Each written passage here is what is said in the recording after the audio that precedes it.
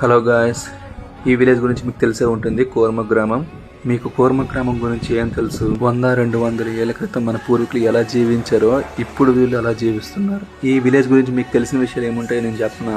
Current ఉండదు, vehicles use చేయరు, phones use చేయరు, ఎరువులు లేకుండా పంటలు పండించుకోవడం, వాళ్ళు వేసుకునే బట్టలు వాళ్ళే తయారు చేసుకోవడం, అంతెందుకు వాళ్ళు నివసించే ఇల్లులు కూడా వాళ్ళే కట్టుకుంటారు. ఎలా సిమెంటు ఇటుకలు కాదు, సున్నము, రాగులు, నువ్వులు ఏదో కలిపి అయితే కట్టుకుంటారు. ఇవన్నీ మీకు తెలిసిన విషయాలు. మీకు తెలియని విషయం ఏంటంటే వీళ్ళ దగ్గర ఒక ఫోన్ ఉంటుంది, కొన్ని వాకీ టాకీస్, కరెంట్ కూడా ఉంటుంది. కాకపోతే ఇవన్నీ ఒక రూమ్ లో ఉంటాయి.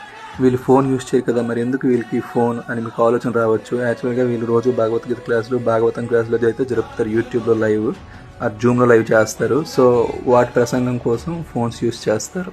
ఓన్లీ ఒక ఫోన్ మాత్రమే. చూశారు కదా మా సిస్టర్ని, కూర్మగ్రామం వచ్చిన నుంచి ఆ నూతిలో నీళ్ళు తోడుతూనే ఉంది. ఎందుకు తోడుతుందో తెలియట్లేదు. మీరు ఈ కూర్మ గ్రామంకి వచ్చి స్టే చేయాలి, కొన్ని డేస్ ఉండి ఇక్కడ తెలుసుకోవాలి అనుకుంటే రావచ్చు, ఉండొచ్చు. వచ్చి ఇక్కడ కల్చర్ని చూసి వెళ్ళిపోతే ఓకే. కానీ ఇక్కడ పూర్తిగా స్టే చేయాలంటే దానికి కొన్ని నియమాలు ఉన్నాయి, అవి వాళ్ళు ఎక్స్ప్లెయిన్ చేయాలి. ఈ వీడియో మీకు యూజ్ఫుల్ అని నేనైతే అనుకుంటున్నాను. మరిన్ని వీడియోస్ కోసం మా కొత్తూరు వ్లాగ్స్ ఛానల్ని ఫాలో కొట్టేయండి.